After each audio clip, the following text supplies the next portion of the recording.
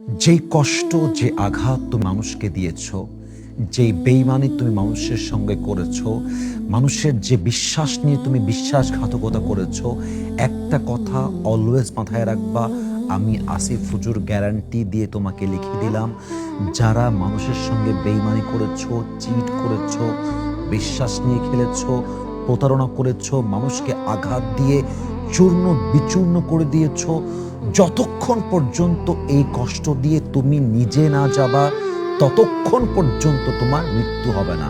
আল্লাহ তোমাকে তোমার লাইফে আগে এই কষ্ট দিবে, আগে তোমাকে এর স্বাদ বোঝাবে, তারপর তোমার মৃত্যু হবে, এটা আমার গ্যারান্টি। কারণ কি, আল্লাহ তাআলার নেচারটা হচ্ছে আল্লাহ বান্দার সব অন্যায় মাফ করে দেয়, বাট বান্দা যখন আরেক বান্দার হক নষ্ট করে, এটা আল্লাহর আরশে আজিম পর্যন্ত কেঁপে যায়।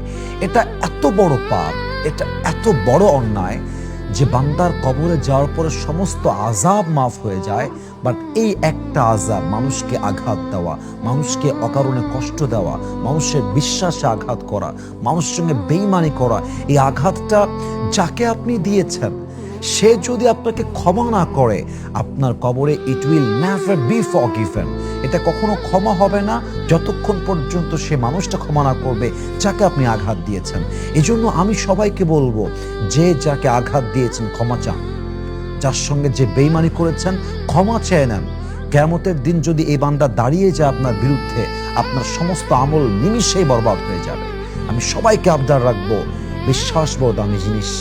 আমি সবাইকে আবদার রাখবো, মানুষের ভালোবাসা বড় দামি জিনিস। কেউ কাউকে কষ্ট দিবেন না, কেউ কারো মনে আঘাত করবেন না।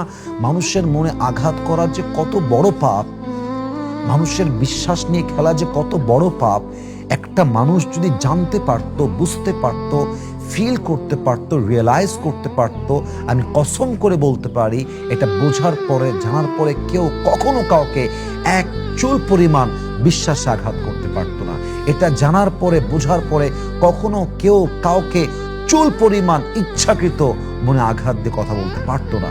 এজন্য সবাইকে বলবো, নিজে যদি কষ্ট পেতে না চান কাউকে কষ্ট দিবেন না, নিজে যদি আঘাতপ্রাপ্ত হতে না চান কাউকে আঘাত দিবেন না। যদি আপনি কাউকে কষ্ট না দেন কিন্তু কষ্ট পাচ্ছেন, এটা আল্লাহর পরীক্ষা।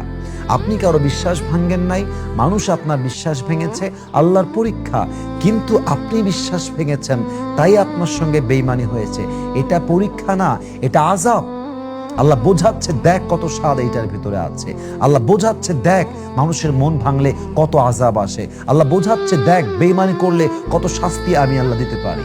এবং সবচেয়ে বড় ক্ষতি হচ্ছে, আপনি মানুষের সঙ্গে বেইমানি করলে, চিট করলে, মানুষের বিশ্বাসে আঘাত করলে, মনে আঘাত করলে, অবহেলা করলে আপনি জাস্ট দুনিয়ায় শাস্তি পাবেন তা নয়, আপনার দুনিয়াতেও শাস্তি আছে, কবরেও শাস্তি আছে। আমি দোয়া করি আল্লাহ রাব্বুল আলামিন যেন আমাদের সবাইকে মানা, বোঝা এবং আমল করার তৌফিক দান করে।